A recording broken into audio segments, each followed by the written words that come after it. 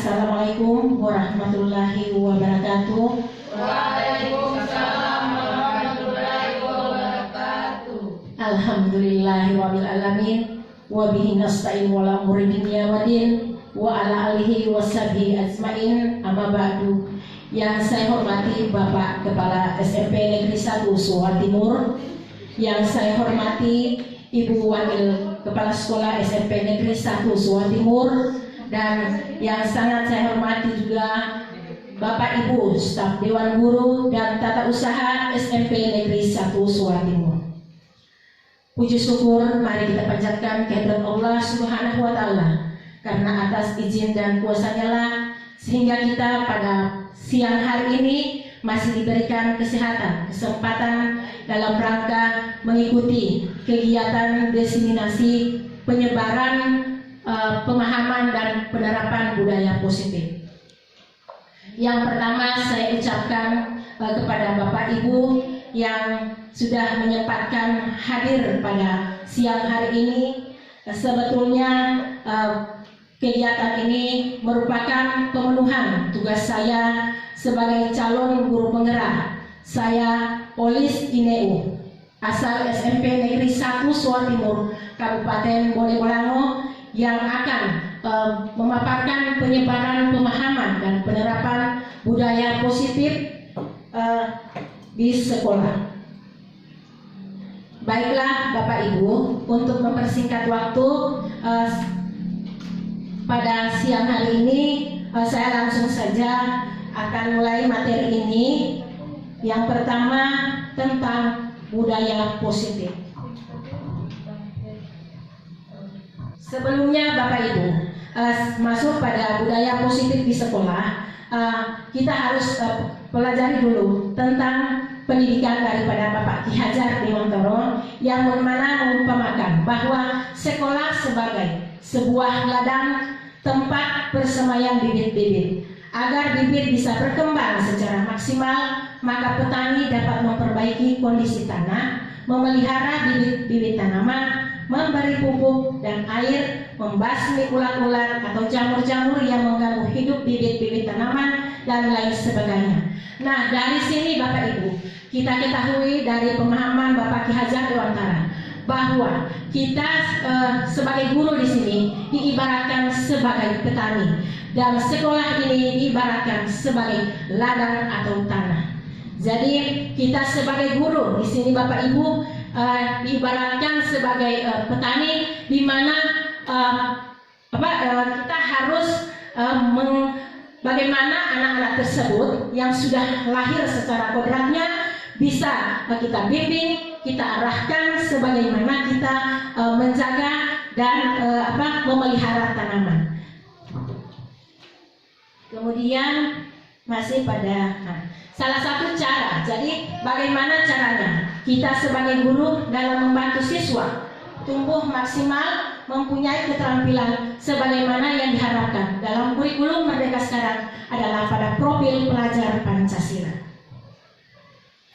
Nah, untuk bagaimana kita supaya bisa membangun, menumbuhkan budaya positif yang ada di sekolah kita, maka ada hal-hal yang harus kita perlu terapkan, yaitu konsep-konsep inti. Yang pertama, disiplin positif. Kemudian yang kedua, memahami motivasi perilaku manusia yang berkaitan dengan hubungan dan penghargaan. Kemudian kebutuhan dasar manusia, posisi kontrol guru, pembuatan keyakinan kelas, dan penerapan segitiga restitusi dalam penyelesaian masalah.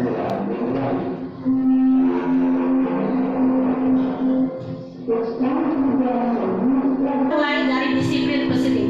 Jadi dalam menumbuhkan nantinya bagaimana budaya positif, yang budaya ini maksudnya Bapak Ibu merupakan kebiasaan-kebiasaan yang dapat menumbuhkan karakter murid atau siswa kita sebagaimana dalam profil pelajar Pancasila. Nah, yang pertama untuk menumbuhkan itu sebagaimana yang saya jelaskan tadi adalah disiplin positif. Nah, disiplin positif ini menurut Ki Hajar Dewantara dan Dian Gassen bahwa disiplin itu adalah sebagai bentuk kontrol diri agar dapat mencapai tujuan mulia yang mengacu pada konsep dan nilai-nilai kebajikan yang universal. Kemudian disiplin diri mempelajari bagaimana cara kita mengontrol diri dan bagaimana menguasai diri untuk memilih tindakan yang mengacu pada nilai-nilai yang kita hargai. Nah, nilai-nilai kebajikan seperti apa yang kita harapkan? Sebagaimana yang tadi, bahwa nilai kebajikan yang kita harapkan itu ada pada profil pelajar Pancasila. Yang pertama adalah beriman, bertakwa kepada Tuhan Yang Maha Esa, dan berakhlak mulia. Kemudian yang kedua adalah mandiri. Yang ketiga adalah bernalar kritis. Kemudian yang keempat berkebinekaan global. Dan yang kelima bergotong royong. Dan yang terakhir adalah kreatif. Nah, nilai-nilai kebajikan ini yang merupakan nilai sifat-sifat positif manusia yang merupakan tujuan mulia yang ingin kita capai dalam setiap individu. Dalam hal ini, sebagaimana yang kita harapkan pada siswa-siswa kita nanti. Nah, jadi untuk mengharapkan nilai-nilai kebajikan yang tumbuh nanti pada diri siswa, jadi ini yang merupakan tugas sebagai pendidik adalah atau sebagai kita guru itu membimbing siswa untuk memiliki disiplin diri yang berasal dari dirinya sendiri. Nah, kita tahu bersama bahwa anak-anak kita ini untuk menumbuhkan disiplin diri pada anak biasanya hanya berlaku termotivasi dengan karena takut dihukum atau karena hanya mendapatkan penghargaan. Oleh karena itu, di sini akan dijelaskan motivasi yang ingin dicapai oleh siswa sendiri supaya mereka bisa melaksanakan disiplin positif. Nah, berdasarkan Dian Gasser bahwa motivasi pada diri manusia atau anak itu dibagi atas 3. Di mana yang pertama untuk menghindari ketidaknyamanan atau hukuman. Kemudian yang kedua untuk mendapatkan imbalan atau penghargaan dari orang lain. Kemudian yang ketiga untuk menjadi orang yang mereka inginkan dan menghargai diri sendiri dengan nilai-nilai yang mereka percaya. Nah, di sini biasanya Bapak Ibu, kalau anak-anak kita mau kita wujudkan, tumbuhkan rasa disiplin kepada mereka. Nah, di sini mungkin hanya termotivasi dengan menghindari ketidaknyamanan dan hukuman.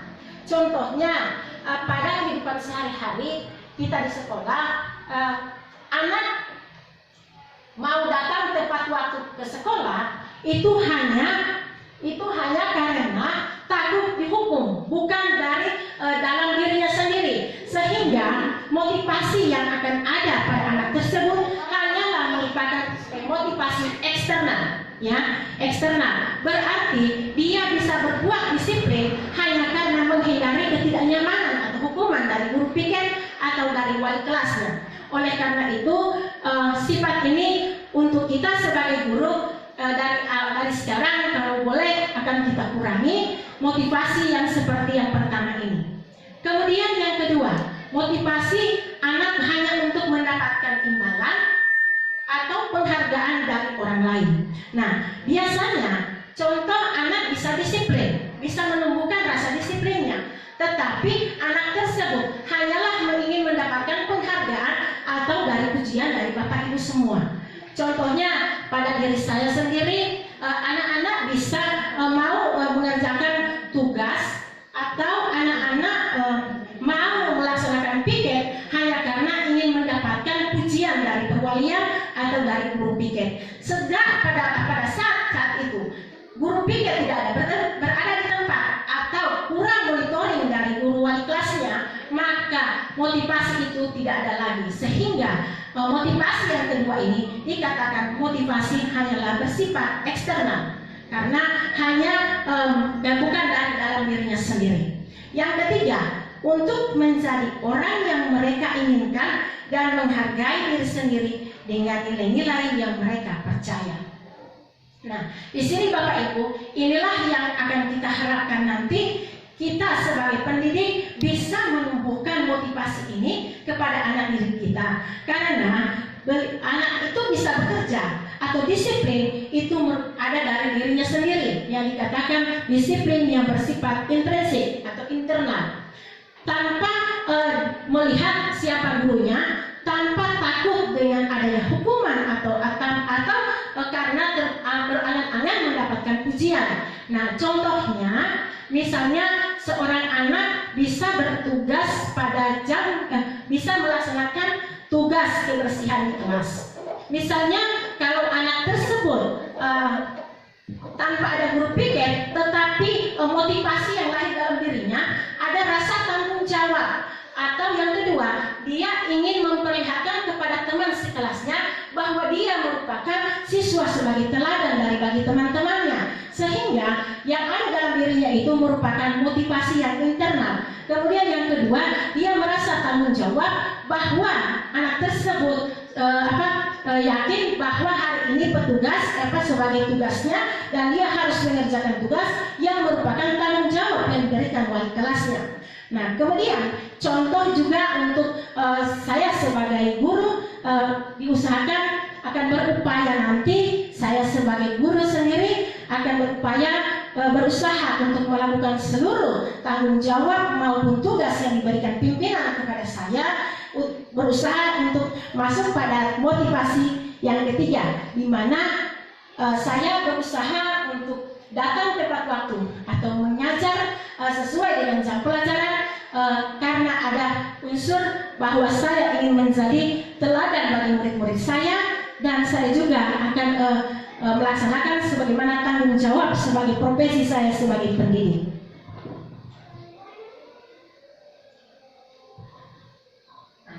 Yang saya jelaskan untuk menghindari ketidaknyamanan ini, di mana tingkat terendah dari motivasi yang sudah saya jelaskan, bahwa biasanya orang motivasinya hanya ingin menghindari hukuman atau ketidaknyamanan. Nantinya anak tersebut akan bertanya apa yang terjadi apabila saya tidak melakukannya, atau seperti itu. Sebenarnya mereka sedang menghindari permasalahan, tetapi mereka datang itu tepat waktu atau disiplin hanya karena masuk pada motivasi intrinsik. Nah, ini hanyalah merupakan penjelasan yang sudah saya jelaskan tadi. Yang ini mendapatkan imbalan atau penghargaan. Ini orang akan dengan motivasi ini, apa yang akan saya dapatkan apabila saya melakukannya, seperti itu. Kemudian yang tadi ini mungkin sudah bisa Bapak Ibu, dan saya tahu Bapak Ibu ini sudah sangat paham dengan ini, tetapi bagaimana caranya nanti kita menumbuhkan sifat motivasi yang ketiga yang sebagaimana kita harapkan kepada anak didik kita ini dari sekarang dengan cara perlahan-lahan. Nah, ini yang jadi kesimpulannya Bapak Ibu, bahwa ketiga motivasi ini yang ada pada diri siswa. Dan terakhir, bahwa oleh karena itu saya sebagai guru berupaya menumbuhkan motivasi yang berasal dari internal dalam diri siswa agar dapat memunculkan pribadi yang menghargai diri sendiri dengan nilai-nilai yang mereka capai. Kemudian untuk menumbuhkan budaya positif juga ini, yang pertama tadi kan disiplin positif, kemudian motivasi dari anak itu sendiri, kemudian yang ketiga adalah 5 kebutuhan dasar. 5 kebutuhan dasar murid di sini bukan berarti hanya untuk murid, tapi untuk kita semua juga, baik kita sebagai guru ataupun kita sebagai orang tua, di mana bahwa anak itu atau manusia pada umumnya ada 5 kebutuhan dasar yang harus dipenuhi. Yang pertama adalah kasih sayang, yang kedua adalah penguasaan, yang ketiga adalah kebebasan, dan yang keempat adalah kesenangan. Jadi di sini apabila anak-anak kita sering melakukan kesalahan atau melanggar peraturan, mungkin selama ini termasuk saya sendiri yang banyak mungkin melakukan teguran, bahkan memberikan hukuman yang jarang. Tetapi kita sebagai guru harus tahu anak tersebut melakukan tindakan sesuatu atau melanggar peraturan, kita jangan jangan langsung bertanya kenapa kamu lakukan itu, tetapi kita harus bertanya mengapa kamu sampai melakukan seperti itu. Mungkin ini ada hubungannya dengan kebutuhan dasar. Mungkin anak tersebut kebutuhan dasarnya mungkin kasih sayang atau rasa diterima belum terpenuhi. Begitu pula mungkin kesenangan, mungkin latar belakang di rumahnya belum terpenuhi, sehingga anak tersebut bisa melakukan sesuatu yang tidak sesuai dengan atau melanggar dengan peraturan di sekolah. Jadi cukup kita ketahui bersama bahwa 5 kebutuhan dasar manusia ini bisa saja menjadi salah satu faktor sehingga anak bisa berbuat yang tidak sesuai dengan apa yang kita harapkan.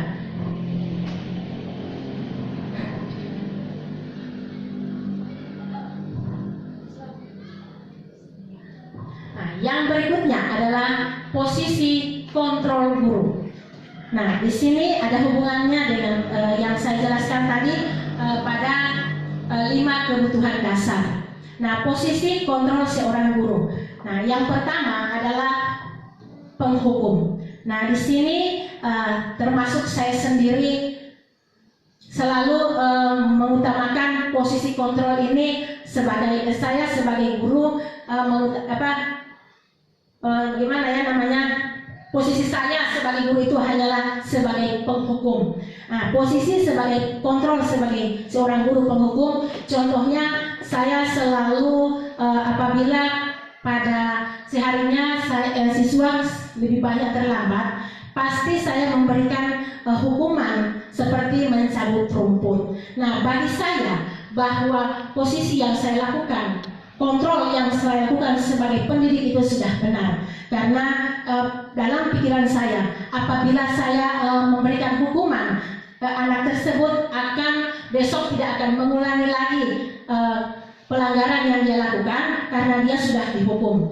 Ternyata Bapak Ibu, bahwa posisi kontrol yang saya gunakan sebagai penghukum itu hanyalah membuat siswa atau murid menjadi dendam atau dengki, benci kepada saya. Sehingga posisi kontrol yang paling rendah ini menurut Bapak Ki Hajar Dewantara, kalau boleh untuk kita semua, khususnya diri saya sendiri, mulai dihilangkan. Ya, jadi ini menurut saya posisi kontrol penghukum itu contohnya siswa yang tidak mengerjakan tugas berdiri di depan.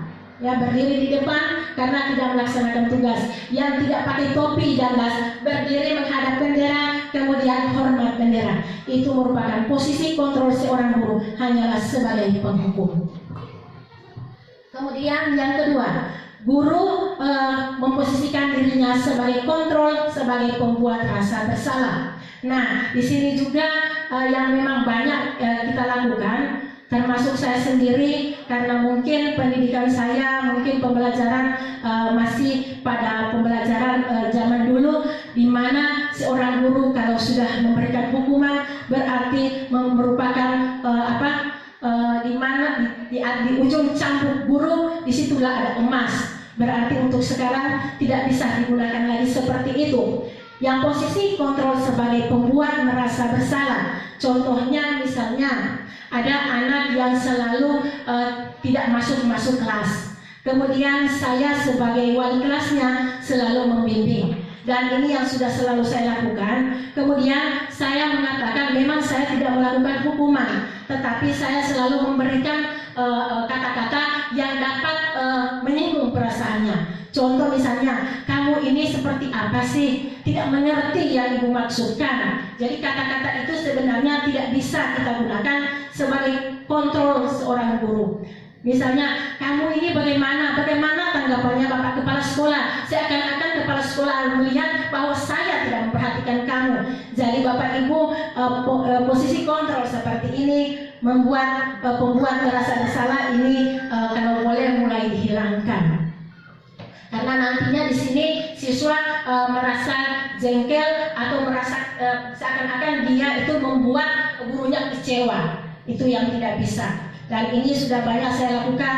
Bagaimana kamu ini nantinya kepala sekolah menganggap ibu ini tidak perhatian sama kamu. Coba kamu dengar dulu. Nah, itu tidak boleh lagi Bapak Ibu. Kemudian yang ketiga adalah posisi kontrol sebagai teman. Nah, di sini teman. siswa kita anggap sebagai teman. Nah, nantinya ini biasanya anak yang berbuat salah, melanggar suatu peraturan, cara kita sebagai seorang guru hanyalah tidak menegur, tetapi tidak memberikan hukuman atau tidak memberikan kata-kata yang bisa membuat anak itu bersemangat atau meninggalkan tingkah laku yang sudah salah. Hanyalah kita berbicara sebagai coba dari ibu. Nah, itu yang termasuk pada posisi kontrol seorang guru hanyalah sebagai teman. Nah, ini kalau kita lakukan, apalagi kita lakukan kepada saya sebagai perempuan, kemudian yang saya katakan seperti itu adalah laki-laki yang sebagaimana kita ketahui dia adalah normal.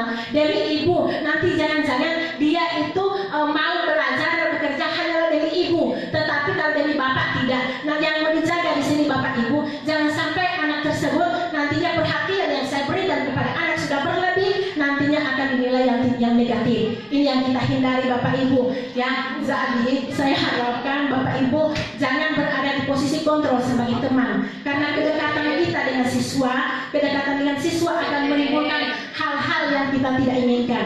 Nah, di sini Ibu Wakasek tertawa-tertawa karena mungkin pernah mengalami ada pengalaman seperti itu bapak ibu ya.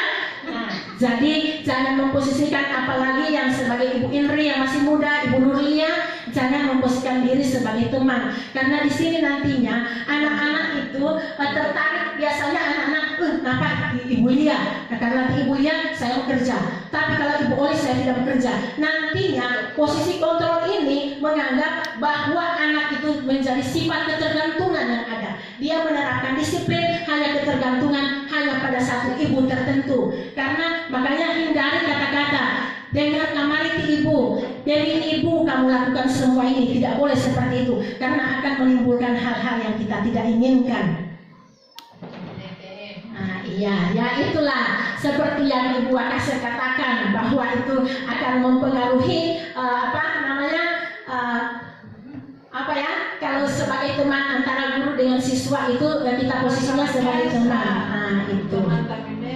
Oh ya, menurut Ibu Aten seperti itu Bapak Ibu ya. Oke. Insya Allah kita tidak seperti itu lagi. Nah, ini. Nah, yang keempat adalah posisi kontrol guru sebagai pemantau. Nah, kalau sebagai pemantau Bapak Ibu, nah di sini kita memposisikan guru itu mengawasi. Ya, pemantau. Di sini posisi guru sebagai pemantau itu kita bertanggung jawab mengawasi. Contoh misalnya begini, anak si A misalnya, si A melakukan kesalahan, kemudian kita undang. Nah, pada saat kita undang, kita berikan nasihat-nasihat. Nah, mungkin dia pada saat itu berjanji, ibu saya tidak akan mengulanginya lagi. Nah, kalau posisi kontrol kita sebagai pemantau, kita biarkan setelah itu anak itu akan beradaptasi dengan lingkungannya atau berubah tingkah lakunya. Tetapi posisi kita di sini hanyalah memantau. Dia berbuat salah, kita tidak menghukum, tidak mengeluarkan kata-kata atau yang bisa menyinggung perasaannya. Tetapi kita bersifat sini sebagai pemantau. Guru, posisi kontrol seorang guru hanyalah pemantau. Tetapi pemantau di sini kita bukan berarti hanya melihat dari jauh. Awalnya siswa tersebut melakukan kesalahan, tetapi kita pada saat itu kita harus ada konsekuensinya. Andaikan kamu ulang lagi kesalahan ini, kira-kira konsekuensinya apa? Apa yang akan ibu lakukan sama kamu? Nah, nantinya di sini ada pada saat kita mengatasi masalah si anak ini, ada pada saat itu ada konsekuensi yang harus kita lakukan. Oh iya Bu, saya kalau terlambat lagi, maka seluruh mata pelajaran yang sudah saya lewati akan saya penuhi, atau semua catatan tugas akan saya memenuhi. Nah, posisi kontrol guru bukan berarti oh kalau begitu ibu mau periksa lagi, kalau tidak akan ibu hukum kamu lari ke lapangan. Tidak, kita hanya mengawasi step by step semua kegiatan yang dilakukan sesuai dengan konsekuensi yang kita berikan.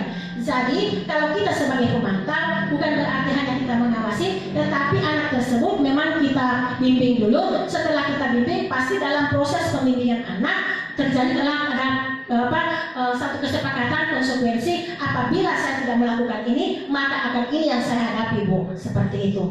Jadi posisi sebagai pemantau ini sudah sangat baik. dibandingkan dengan apa yang sudah pernah saya lakukan sebagai penghukum ataupun pembuat merasa bersalah. Karena posisi saya memang kalau sebagai guru belum ada di posisi teman, hanyalah selama ini sebagai penghukum dan pembuat merasa bersalah. Kemudian pada pemantau ini memang hasil yang kita dapatkan juga sudah sangat bagus, di mana murid memahami, kemudian murid akan tahu apabila dia akan melanggar apa yang sudah menjadi konsekuensinya. Kemudian guru tetap memantau murid untuk mengerjakan apa yang sudah menjadi konsekuensinya. Nah, kemudian yang terakhir, nah di sini Bapak Ibu, kita sebagai manajer. Nah, memang untuk menjadi seorang manajer ini Bapak Ibu sangat sulit untuk kita seorang guru. Butuh kesabaran yang sangat tinggi, ya. Karena memang untuk menjadikan manajer kepada anak-anak murid-murid kita yang memang melakukan pelanggaran yang masih biasa-biasa saja itu mungkin gampang. Tetapi bagaimana memposisikan diri kita sebagai posisi kontrol guru dalam manajer apabila kelakuannya yang sudah sangat melewati. Saya saja berpikir sangat sulit untuk memposisikan saya sebagai manajer. Di mana posisi dikatakan sebagai manajer ini, guru berbuat sesuatu bersama dengan murid. Artinya, contoh di sini yang pernah saya dapati, ada 2 orang anak yang berkelahi sehingga kemejanya ini kancingnya copot.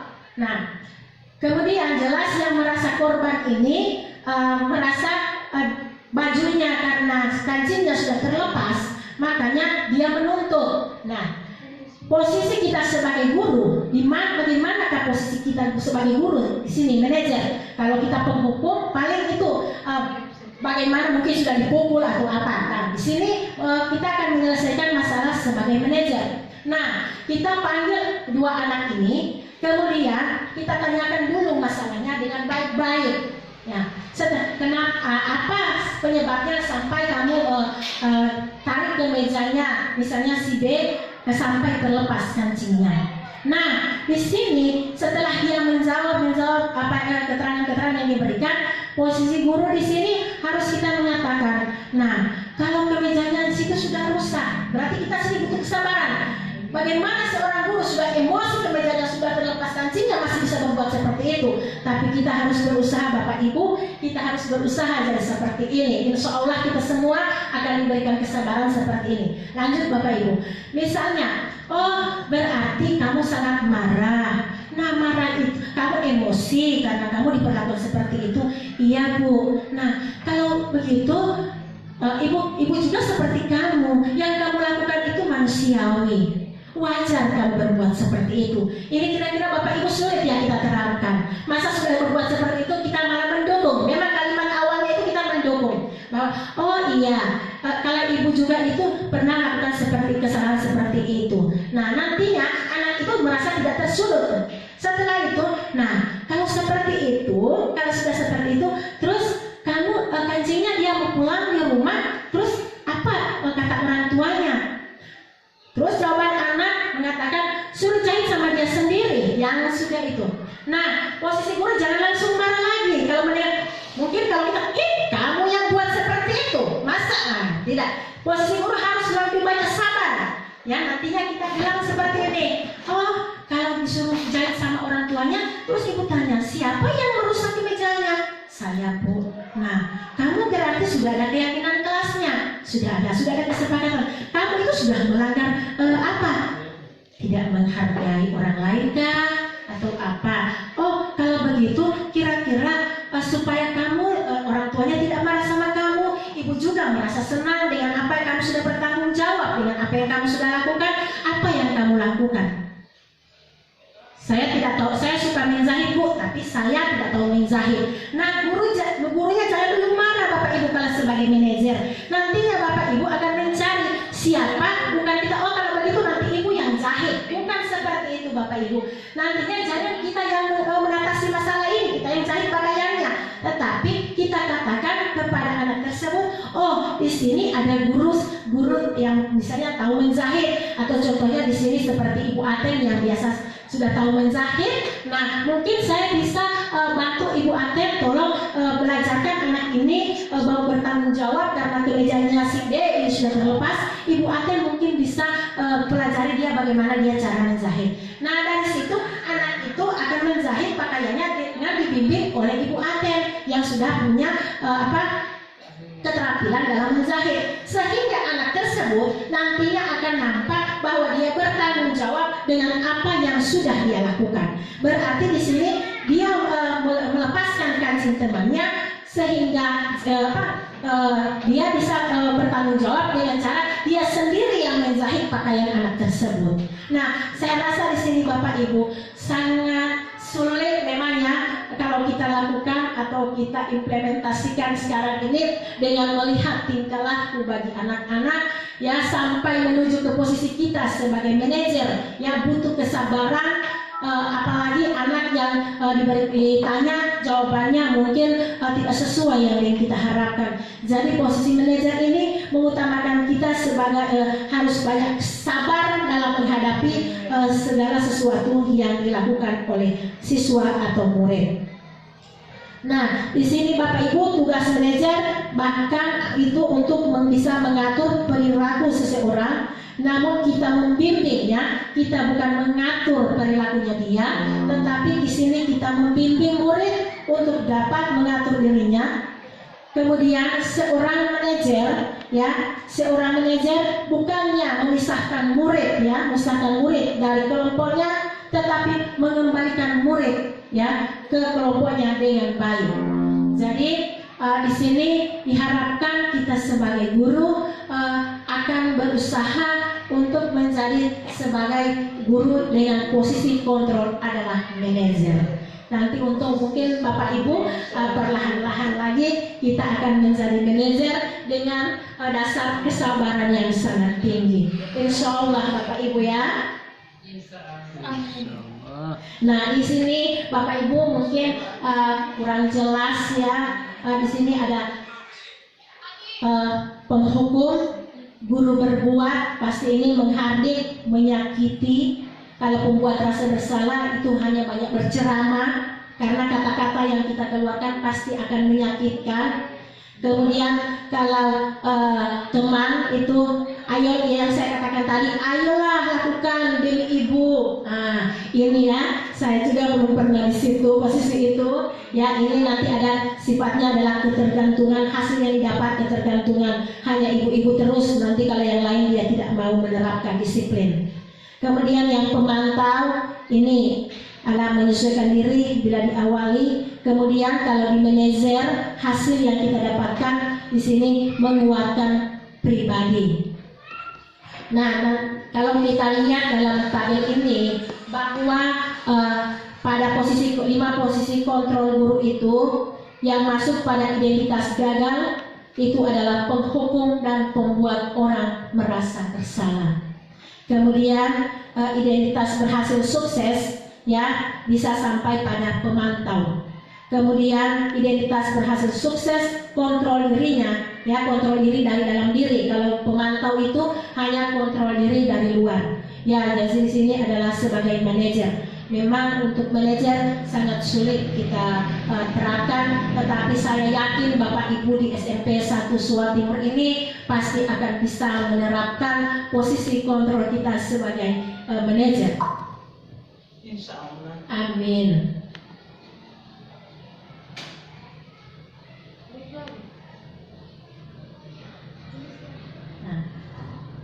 Di sini Bapak Ibu dari tadi saya hanya banyak memberikan seperti ceramah dari dari saya. Nah, di sini Bapak Ibu, di sini kita lihat ada pernyataan. Nah, di sini pernyataan di manakah posisi kita apabila kita melakukan hal ini. Nah, di sini ada saya kecewa sekali dengan kamu. Kira-kira di sini posisi kita di mana ini? Saya kecewa sekali dengan kamu. Ya, berarti yang di posisi kontrol kedua, di mana pembuat rasa bersalah. Oke. Ya. Kemudian di sini kamu tidak pernah benar melakukannya. Seakan-akan kita mengatakan seperti itu. Berarti posisi kontrol kita berada di mana? Bapak Ibu, kamu tidak pernah benar melakukannya. Ya, jadi berada di mana? Penghukum. Oke. Iya. Yang ditolak. Kemudian, ayolah lakukan diri ibu. Mungkin ibu Nur. Ini teman tapi sayang. Aduh, menurut Ibu Atel ini teman tapi sayang. Oke, ya benar sekali. Ayolah lakukan diri ibu. Apakah kamu mau mendapatkan stiker bintang hari ini? Apakah kamu mau mendapatkan stiker bintang hari ini? Berarti apa yang dia lakukan mendapatkan minta dihargai atau minta imbalan. Itu ya. Berarti posisi kontrol ada di pemantau. Iya kan yang tadi. Nah, iya ingin mendapatkan satu penghargaan atau imbalan. Kemudian bagaimana kamu bisa menyelesaikan masalah ini? Berarti ya Bapak Ibu di sini kita sebagai manajer. Artinya ya di sini berarti di sini Bapak Ibu kita semua sudah tahu menempatkan diri sebagai manajer. Hanya saja mungkin kurang kesabaran kita ya, sehingga kita semua sudah tahu hanya salah berdasarkan karakter masing-masing siswa kita. Terakhir, kamu selalu yang paling terakhir. Ya, kamu selalu yang paling terakhir. Ya, penghukum ya, karena penghukum itu Bapak Ibu ada penghukum secara fisik, ada juga penghukum secara psikis. Ya, ini mungkin masuk pada penghukum yang secara psikis, di mana kamu selalu paling yang terakhir. Berarti perasaannya yang iya seperti itu Bapak Ibu.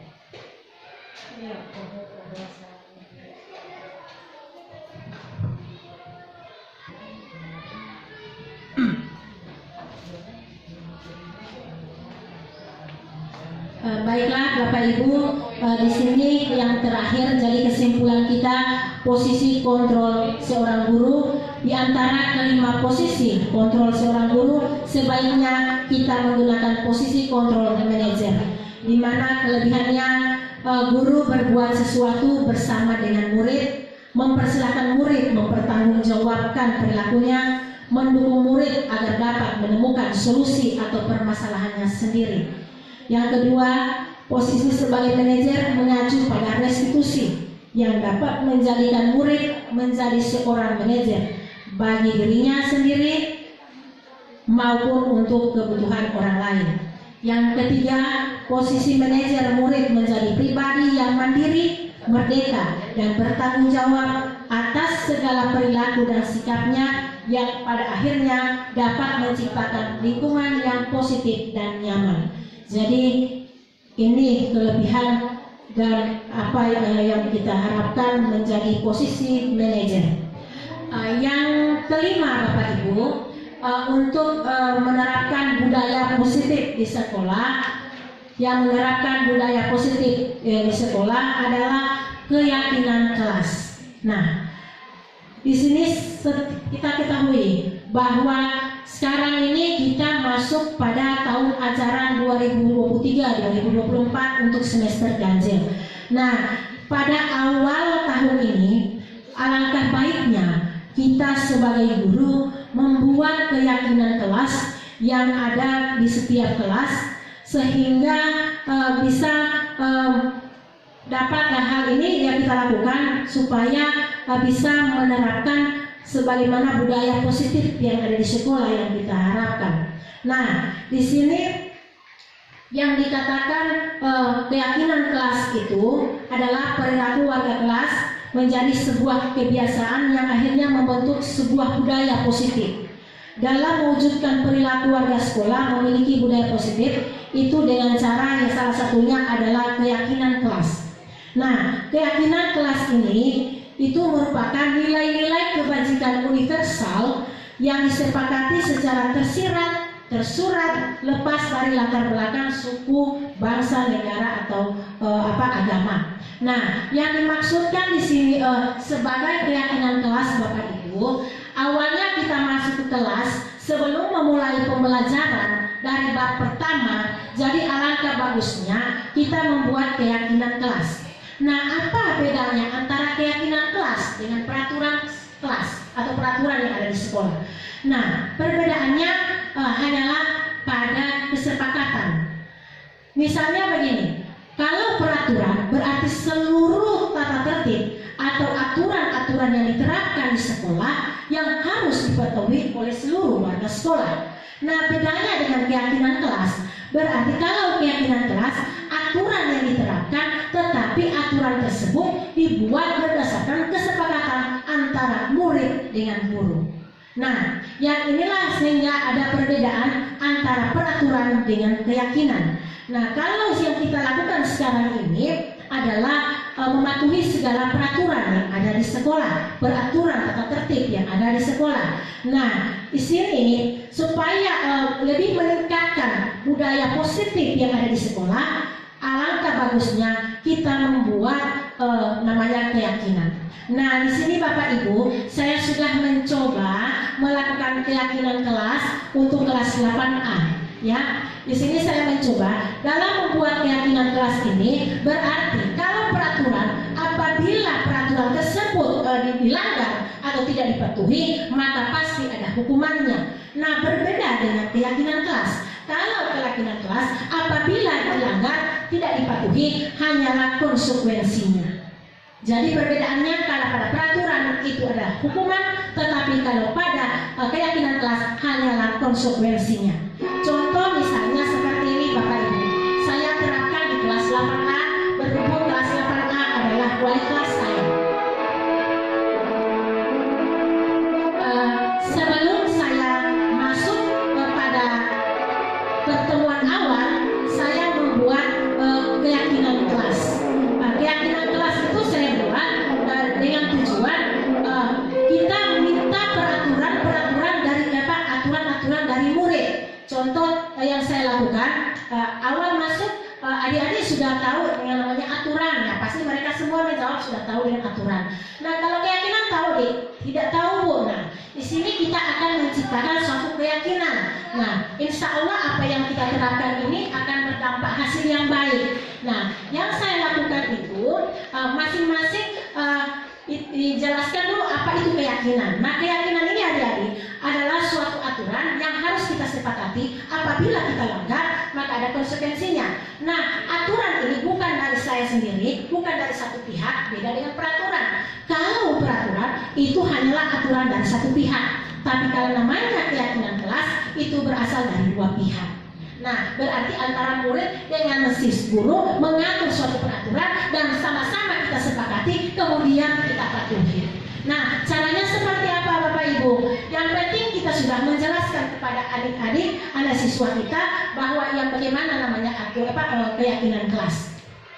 Nah, kita jelaskan nantinya anak-anak ini akan membuat suatu aturan, tetapi di dalam pembuatan keyakinan kelas ini ada hal-hal yang harus kita ketahui. Yang pertama, keyakinan kelas adalah bersifat lebih abstrak. Kemudian keyakinan kelas dituliskan berupa pernyataan-pernyataan yang universal. Kemudian pernyataan keyakinan kelas senantiasa dibuat dalam bentuk positif.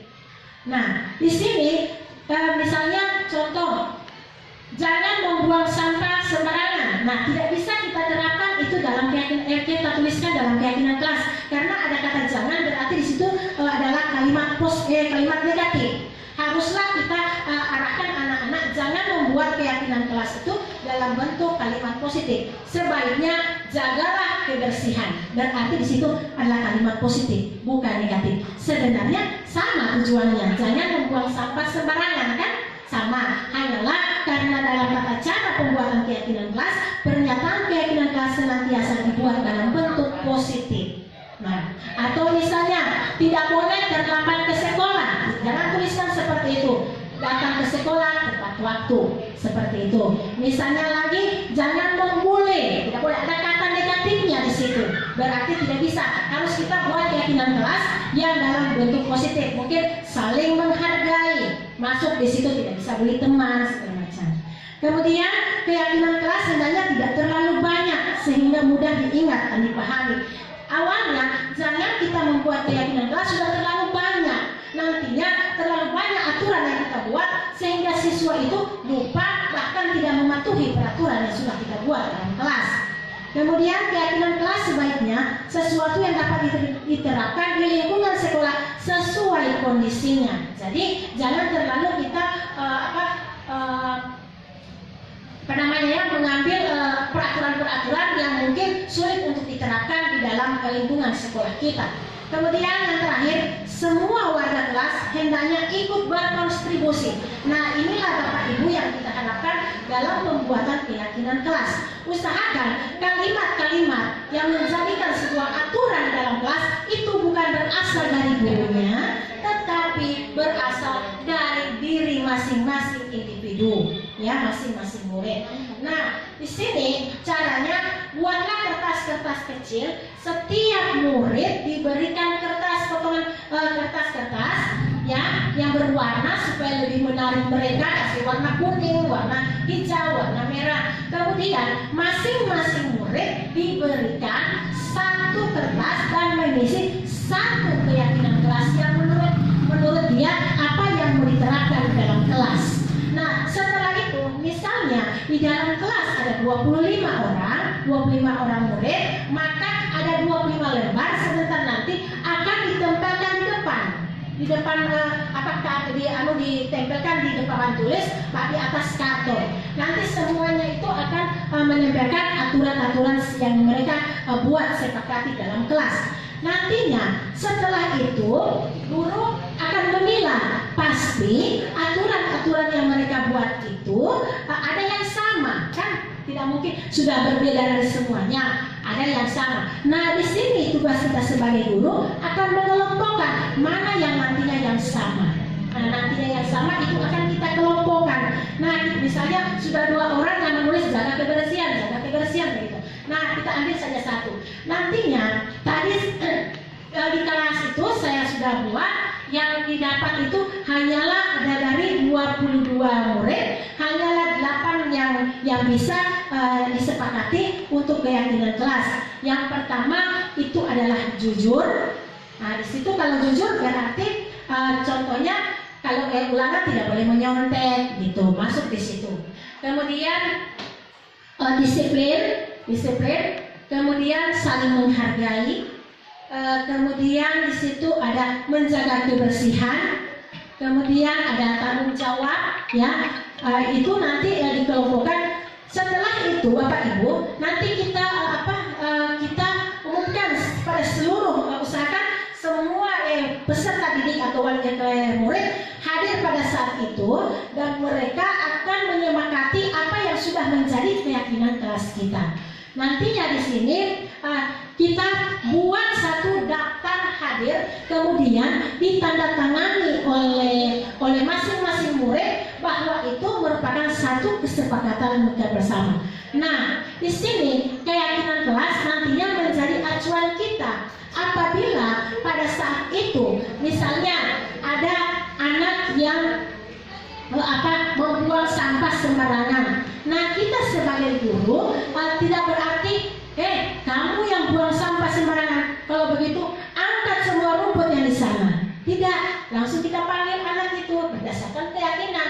Makanya pada saat membuat keyakinan setelah itu kita suruh tanda tangan sama mereka bukti kesepakatan antara guru dengan murid, membuat satu kesepakatan apabila mereka langgar maka ada konsekuensinya. Contohnya misalnya membuang sampah tadi sembarangan, nanti dipanggil anak itu. Nah, kamu sudah keyakinan kelas apa yang sudah kamu langgar? Ya, keyakinan. Pasti anak itu karena dia tahu, oh iya Bu, saya sudah melanggar keyakinan kelas menjaga kebersihan. Oh iya, tahu kan? Nah, kalau seperti itu kamu sudah langgar, apa konsekuensinya? Nah, nantinya anak tersebut mengetahui, oh konsekuensinya ini Bu. Nah, konsekuensinya saya misalnya tergantung apa yang sudah jadi kita sepakati bersama pada saat itu. Nah, contoh misalnya lagi yang kedua, setiap jam pertama anak tersebut misalnya terlambat. Nah, kita jangan katakan misalnya contohnya di jamnya agama Ibu Harda misalnya. Misalnya si Fajar Pakutungan yang sudah selama ini yang selalu Ibu Harda di mana datang sudah pada lewat jam waktunya, sudah selesai jam pertama. Nah, di sini kalau kita sudah membuat keyakinan kelas, pastinya salah satunya keyakinan kelas. Jadi kita tanya sama si Fajar Pakutungan, sudah jam berapa itu Nak? Jam 8. Masuk sekolah itu jam berapa? 7.15 Bu. Oh iya, kamu tahu ya? Iya. Nah, berarti sekarang kamu sudah melanggar keyakinan bukan? Iya Bu, saya sudah melanggar. Nah, apa yang kamu langgar? Kedisiplinan Bu. Terus kalau sudah langgar kedisiplinan, konsekuensinya apa? Apa yang Ibu sudah pelajari tadi atau tugas yang tadi akan saya pelajari pada jam istirahat. Nantinya jam istirahat Bu, saya akan selesaikan semua. Nah, nantinya di sini dengan menerapkan keyakinan kelas dalam kelas, nanti akan tercipta bagaimana posisi kontrol kita sebagai guru adalah manajer. Bukan berarti kita akan menghukum, berarti kamu selama Ibu mengajar berdiri di depan seperti juga yang saya lakukan selama ini. Oke, lanjut. Jadi seperti itu Bapak Ibu. Nah, lanjut pada restitusi dan segitiga restitusi. Nah, ini mungkin yang terakhir Bapak Ibu. Nah, restitusi itu Bapak Ibu adalah cara menanamkan disiplin positif pada murid, ya. Atau restitusi adalah proses menciptakan kondisi bagi murid untuk memperbaiki kesalahan mereka. Nah, yang dikatakan restitusi. Nah, kemudian yang itu restitusi. Nah, dalam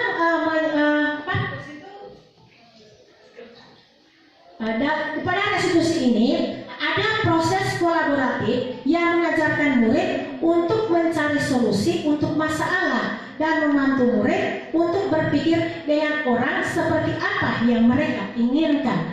Nah, dalam restitusi ini Bapak Ibu, ini bagaimana cara kita proses menciptakan kondisi dalam mengatasi anak-anak yang bermasalah, ya. Di sini ada caranya dengan melakukan segitiga restitusi. Nah, dikatakan segitiga restitusi adalah proses dialog yang dijalankan guru atau orang tua agar dapat menghasilkan murid yang mandiri dan bertanggung jawab. Nah, di sini dalam proses restitusi maka akan nampak peran guru sebagai manajer, ya. Nah, dalam melakukan segitiga restitusi Bapak Ibu, kita ada 3 tahapan.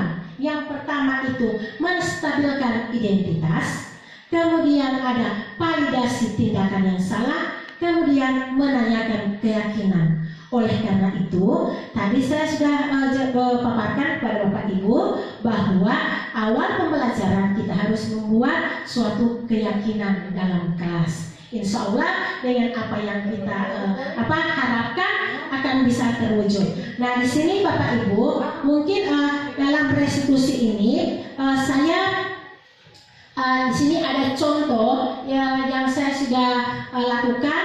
Itu ada video bagaimana saya membahas restitusi dengan salah seorang siswa. Nanti mungkin di sini salah satu contohnya saya perlihatkan ke Bapak Ibu.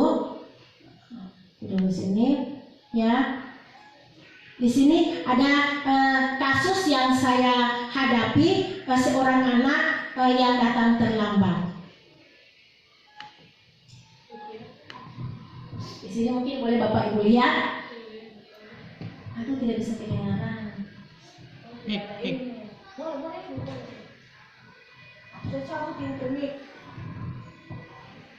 Bisa.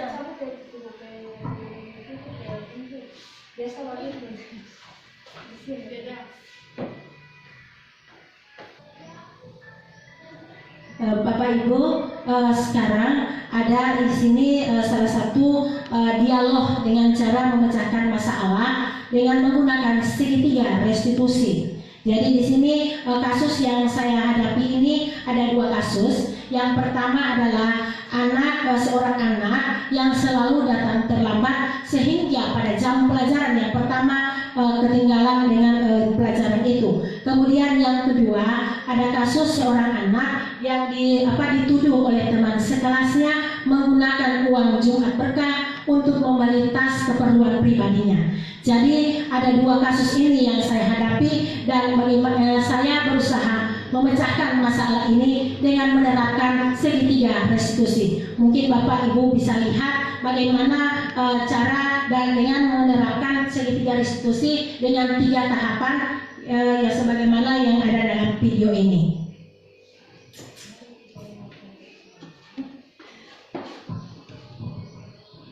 Febri, Ibu dengar dari Bu Piket, kamu sering-sering datang terlambat ya? Ya Bu.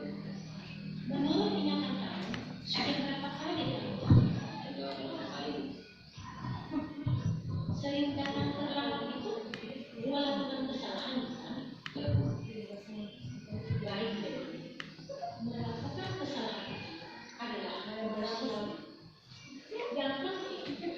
Kita bisa berusaha belajar dari kesalahan dan kita berusaha untuk memperbaikinya. Setujukah seperti itu, Febri? Setuju. Kalau begitu, Febri, kita cari solusinya.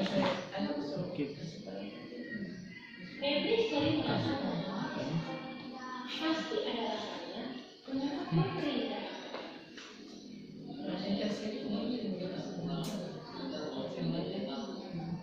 Kamu tahu keyakinan kelas yang sudah kalau terlambat datang ke sekolah sesuai dengan keyakinan kelas atau tidak?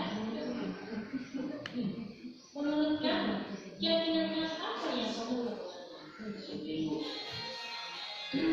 Menurut kamu, disiplin itu pentingkah untuk kamu?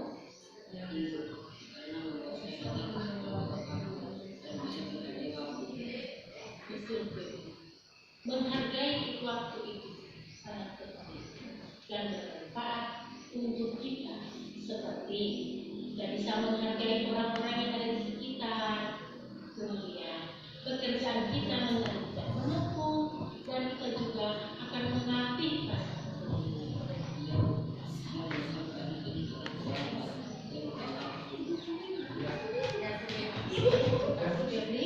sikap yang sudah baik sudah Febri sudah benar. Menurut kamu, apa yang akan kamu lakukan supaya Febri bermanfaat?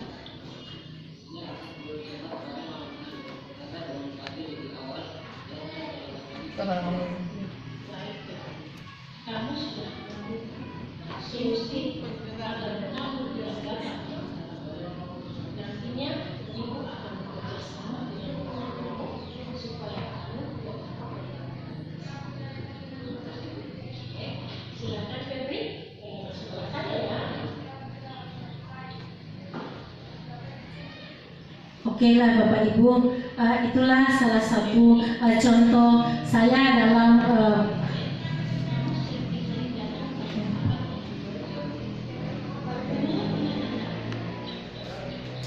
jadi itulah salah satu contoh saya bagaimana mengatasi masalah dari seorang anak yang selalu datang terlambat sehingga pada jam-jam pertama mata pelajaran tidak sempat ikut.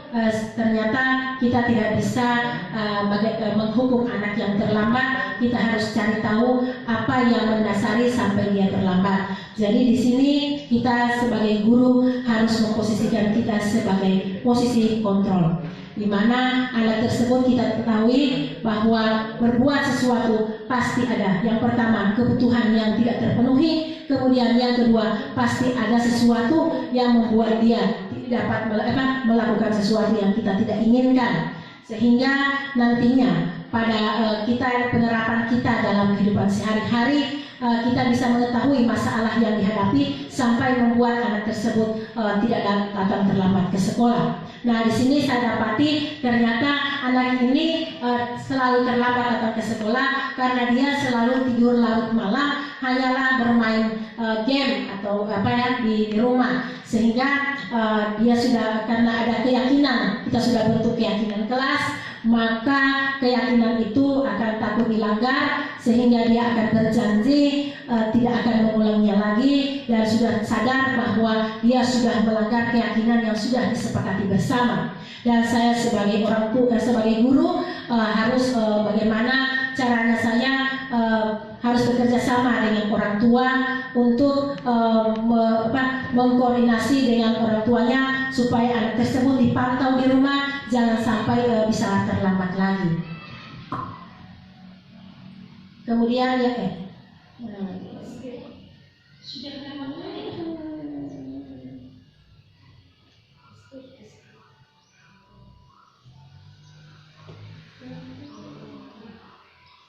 Ini kasih pos kasih pertama ya. Kemudian Bapak Ibu, ini yang kedua kasus yang saya hadapi, anak yang sering di